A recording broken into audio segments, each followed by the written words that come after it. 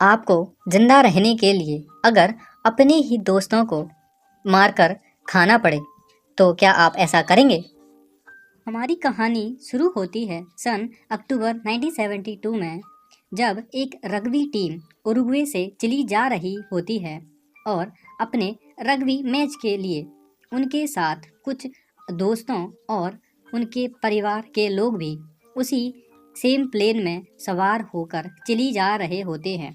हर कोई बहुत खुश होता है क्योंकि उनमें से कुछ लोग तो पहली बार ही विदेश की यात्रा कर रहे होते हैं।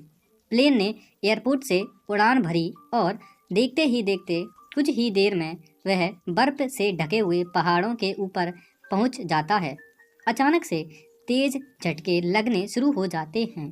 पहले तो सभी ने सोचा कि ये हवा के छोटे मोटे झटके हैं, पर तभी एक भयंकर बर्फीला तूफान एवलांच आ जाता है और पायलट पूरी तरह कोशिश करता है कि किसी तरह वह जहाज़ को कंट्रोल कर ले, पर प्लेन बेकाबू होकर नीचे की ओर गिरने लगता है। कुछ ही सेकंड में प्लेन एक बड़े बर्फ के पहाड़ से टकरा जाता है और बीच से दो टुकड़ों में बट जाता है। पीछे का हिस्सा बर्फ में घूम हो जाता है और आगे का हिस्सा फिसलते हुए एक घाटी में जा गिरता है। टक्कर इतनी ज़्यादा भयंकर होती है कि कई ज़्यादा लोग वहीं मौके पर ही मर जाते हैं और जो कुछ लोग जिंदा बच जाते हैं वो भी बहुत बुरी तरह घायल और सदमे में पहुंच जाते हैं। बर्फ, खून और टूटी हुई सीटों के बीच कुछ चंद लोग अपनों को खींचकर बाहर निकालते हैं और रात होते ही तापमान माइनस में चला जाता है। क्योंकि प्लेन में बड़ा छेद होता है, उन्होंने उसे सामान और मरे हुए लोगों के शरीरों से बंद कर दिया होता है ताकि ठंडी हवा अंदर आने ना पाए। वो सभी लोग एक दूसरे को दिलासा देते हुए कहते हैं कि डरो मत, पर डर सबके चेहरे पर बिल्कुल साफ साफ दिखाई दे रहा था। सुबह होते ही उन्हें एहसास होता है कि 4 और लोग ठंड से मर चुके हैं। अब उनके पास ना ही खाना था और ना ही पीने को पानी। उन्होंने बर्फ पिघलाकर पानी बनाया, लेकिन सूटकेस, टटोले और जो थोड़े बहुत खाने के रेडीमेड पैकेट्स मिले उन्हें बराबर हिस्सों में सभी के बीच बांट लिया। पर मन में अभी भी एक डर था कि ये खाना कुछ ही दिनों से ज़्यादा नहीं चल पाएगा। अचानक ऊपर से एक रेस्क्यू करने के लिए प्लेन गुजरता है, पर सब दौड़कर बाहर आते हैं और बहुत ज़ोर से चिल्लाते हुए कहते हैं, हमें बचाओ, हम यहाँ हैं। और बहुत कपड़े हिलाते हैं, पर कोई भी फ़ायदा नहीं होता क्योंकि वो प्लेन बहुत ऊंचाई पर होता है और किसी ने उन्हें नहीं देखा। आस का दिया फिर से पूरी तरह बुझ जाता है और अगले 3 दिन बाद एक लड़का नांदो बेहोशी से उठता है। वो बहुत ही ज़्यादा घायल था और उसके चेहरे पर गहरी चोटें भी थीं। उसे बताया जाता है कि उसके माता पिता मर चुके हैं और उसकी बहन की हालत बहुत ही ज़्यादा गंभीर है। वो टूटा हुआ महसूस करता है, पर फिर भी अपने दोस्तों की मदद में लग जाता है। धीरे धीरे उन्हें समझ में आ जाता है कि सरकार को उनका सटीक लोकेशन ही नहीं मिल पा रहा है क्योंकि उनका प्लेन घाटी के अंदर गिरा हुआ होता है, तो सिग्नल्स अच्छी तरह से नहीं मिल पा रहे होते हैं। इसीलिए ऊपर से कोई उन्हें देख ही नहीं पा रहा है।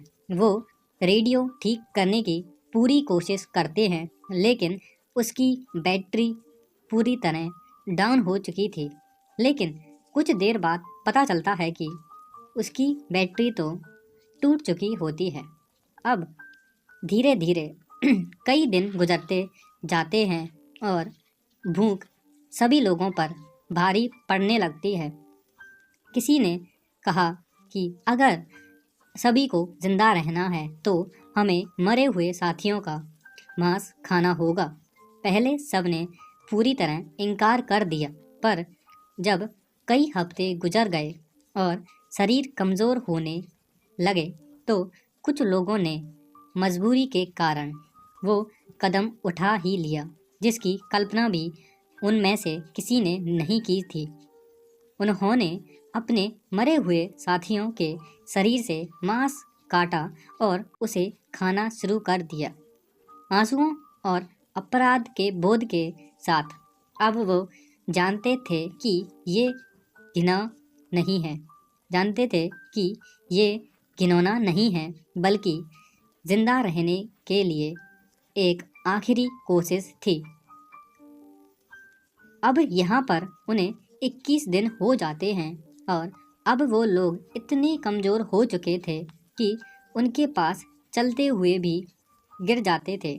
पर फिर उन्हें प्लेन के पीछे वाले हिस्से का एक हिस्सा बर्फ़ में दबा हुआ मिलता है, जहाँ से उन्हें रेडियो और बैटरियाँ मिलती हैं। पर रेडियो पूरी तरह टूट चुका था। अब ये उम्मीद भी पूरी तरह टूट चुकी थी। एक रात भयानक तूफान, बर्फ़ का तूफान जिसे हम एवलांच कहते हैं, वो आता है और पूरे प्लेन को बर्फ़ में दबा देता है। कुछ लोग तो वहीं उस तूफान में दबकर मर जाते हैं और बचे हुए लोग किसी न किसी तरह बर्फ़ खोदकर बाहर निकलते हैं।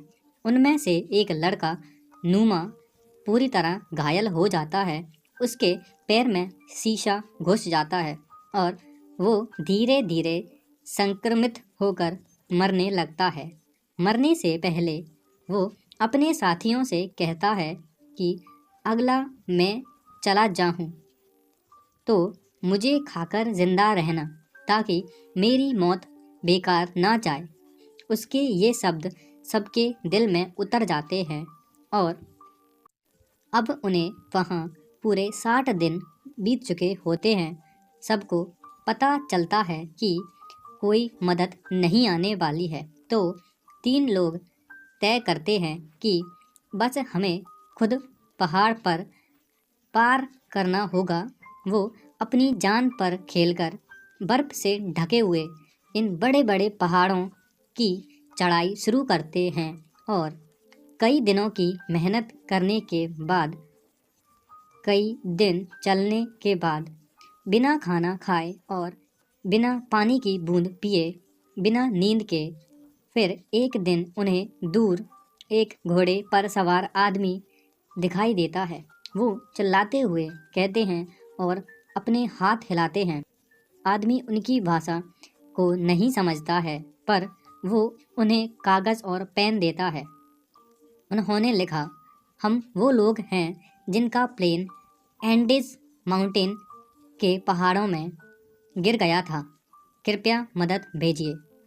वो आदमी तुरंत वहाँ से भागता है और ये संदेश आर्मी को पहुँचा देता है। अगले ही दिन सरकारी हेलीकॉप्टर की आवाज़ गूंजती है और बर्फीले मैदान में से 16 लोग बचाए जाते हैं। वो लोग जिन्होंने 72 दिन तक मौत से लड़ाई लड़ी और जिंदा रहने के लिए अपने दोस्तों को खाना पड़ा। उनके शरीर पूरी तरह से टूट चुके थे, पर उनका हौसला अब भी जिंदा था। शहर पहुंचते ही उन्हें हीरो की तरह स्वागत किया जाता है और लोग उन्हें रोते हुए और उनके साहस के लिए तालियां बजाते हैं। वो खुद भी रोते हैं उनके लिए जो अब इस दुनिया में नहीं रहे। उन्होंने हमारी दुनिया को सिखाया कि ज़िंदगी तब भी हारती नहीं है जब सब कुछ ख़त्म होने लगता है। सिर्फ इंसानियत, हिम्मत और उम्मीद चाहिए। और इसी उम्मीद के साथ ये कहानी यहीं पर ख़त्म हो जाती है, जहाँ बर्फ़ के बीच कुछ इंसान इतिहास बना जाते हैं। तो कैसी लगी आपको ये कहानी, और ऐसी ही कहानियाँ देखने के लिए सब्सक्राइब करो मूवीज़